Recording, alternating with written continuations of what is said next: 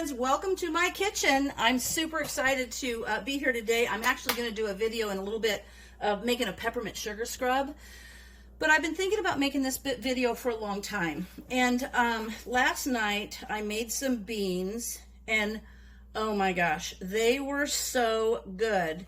They were so good. And I did them in my Instant Pot, and then I realized that that I didn't have any pinto beans already canned on my shelf. And then that made me remember that I've been wanting to do this video, because you know I'm a safety girl and I like to do all my things from approved methods. And today what I want to try to show you is I want to give you a little bit of information that will help you make an informed choice on how you want to can beans. And the reason I'm doing this is because a lot of people want to start canning, especially now with all the craziness that's going on in the world, but also in the new year. People will make resolutions that they're going to start canning and being more self-sufficient. And when people start pressure canning, it's really common for them to start with dried beans because they're cheap, and if they make a mistake or they're not comfortable with it, they've got not a lot of financial investment in the food product. So that's really common to get a lot of beans canned at the beginning of the year. So, and in the wintertime, because you don't have like a bunch of produce and stuff to do as much. So, so it's really common. We're going into bean time. So anyway, I wanted to show you why prehydrating your beans is important. And I'm going to read you directly out of my favorite book. This is one of my favorites, The Complete Guide to Home Canning, because if you go to the National Center for Home Food Preservation, you can get this book free. I have it on my phone, I've got it on my tablet, you know, you can print it out. It's awesome. But anyway, I'm going to read you. There's 2 methods to prehydrating your beans.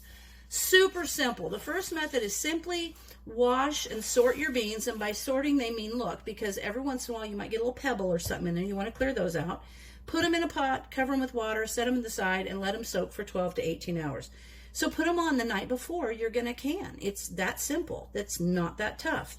If you're in a rush and went, oh man, I forgot to put my beans out last night, you can quickly rehydrate the beans, and I'm going to read this exactly to you. To quickly hydrate beans, you may cover the sorted and washed beans with boiling water in a saucepan. Boil for 2 minutes and then remove from the heat and let soak an hour, then drain. With both methods, you want to make sure that you drain off that soaking water and you don't use that water to can the beans. So then cover beans that are soaked by either method with fresh water and boil them for 30 minutes. Why do you do that? Because it brings the bean up to a temperature that is considered a hot pack, because you want to make sure that your beans are at that temperature. Now, the reason I'm doing this video is because there's a lot of videos out there, and I actually have friends who can beans in a way that they do not do the prehydrating. And what they do is they'll take like a cup of beans and they'll put them in here, and it'll be like dried beans up to there. They'll fill them with water, put them in the pressure canner. When they come out, the beans are all hydrated and fill up the jar, and they look the same, and they think that's great. Unfortunately, they're leaving off some serious canning time. And so I'm going to try to do a demonstration to show you what I'm talking about there. So anyway, what they're saying is once you've done your beans and you've then boiled them for 30 minutes, they're ready to pack. They go right in the jars. So those 2 methods aren't that tough, especially the one where it's 12 to 18 hours. It's so simple. So the reason how I'm going to demonstrate this is I've got this sponge, and we're going to consider this a prehydrated bean. Okay, it's not even soaking. Look, it's not soaking. It's just rehydrated. And then I've got these little cellulose sponges. This is the way I get my sponges. This is a dried sponge. This is like a dried bean. So there's a hydrated bean and a dried bean. Pretty much the same thing right there. It's a bean. So I'm going to put them on these jars, and I'm going to turn the jar. Well, I don't have to do that. Anyway, I've got them on these little canning jars because they would be canned. Isn't that fun? And I'm going to take some water, and I'm going to try to evenly pour. I will do my best. I'm going to pour in here, and you're going to see how quickly the water goes through the hydrated bean as opposed to the not hydrated bean. Then I'll tell you why that's important. All right, so here we go. Let me see if, oh man, this is hard. It's kind of hard. Whoop, got a head start on the dried bean. Uh-oh. Do you see the liquid is already going through the hydrated bean, and the not hydrated bean is still, I'm going to keep doing it until the not hydrated bean gets water in there. Okay, okay. The not hydrated bean has just dropped water through. Now you can see it's still not quite hydrated.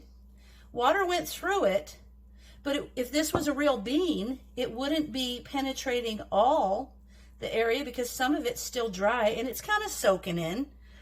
The hydrated bean, look at the water. Oh shoot, I didn't mean to do that. So hang on, I'm going to start this over because I didn't mean to squeeze the water in there. It should have been in here so we can see the difference of how much water. Hang on. I'm going to use another one and we're going to do this again, which is good. You can see this isn't a trick. Okay, so we're going to do this again. And then you can't remind me. I'm going to put this in the water. All right, here we go again. Let me see. See? Those are both empty. Hydrated bean, squeezed out. Not hydrated bean, ready to go. Sorry about that. I would redo this video, but what the heck, we're human.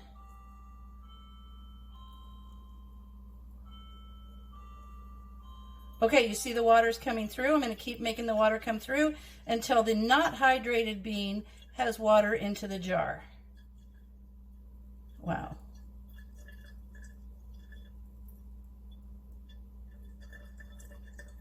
Okay, it's dripping. Literally just started dripping. Can you see there's a wee tiny bit of water in there, okay? Versus the not wee tiny bit. Now, I want you to see this hydrated bean clearly. I want to keep those in your view so you know it's not a trick. Look at how much liquid has gone through this bean versus this one. Not as much because it's still just hydrated. Okay, now I've got a whole lot of kitchen sponges, but I'm going to show you now. I'm going to hold these up next to each other. Do you see the liquid in the hydrated bean versus it just barely any liquid in there? And I'm only stopping it there because I stopped it when it started penetrating the bean versus that liquid. So let's think about this. Number one, if you haven't pre-treated it and soaked it for 30 minutes, that bringing it up to that hot pack temperature is part of the processing.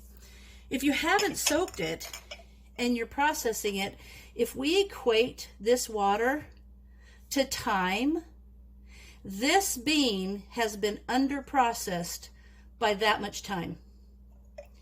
Because this much water has been able to penetrate the bean and thoroughly through the whole center of it, get it to the right temperature for the right length of time to make sure that it is a safely canned product. So there you go. I just want you to see again the little wee bit of water that's in there. See that? Versus that. Okay. So this isn't a major scientific thing. And, you know, maybe I poured a little different on one of them or the other, but the point is there. The point is the fact that the one that's prehydrated is more receptive to the hot and the liquid than the one that is not. So I'm just telling you, now you have that information. It's your choice to follow whatever suits you, whatever you feel, that's fine. And like I said, I have friends that do it that way. I just want you to know why I don't. So there it is. That is a lot of time. All right. So, hey, thanks for watching. And if you have any questions, let me know. And I appreciate you guys subscribing and liking and just hanging out with me. So thanks so much.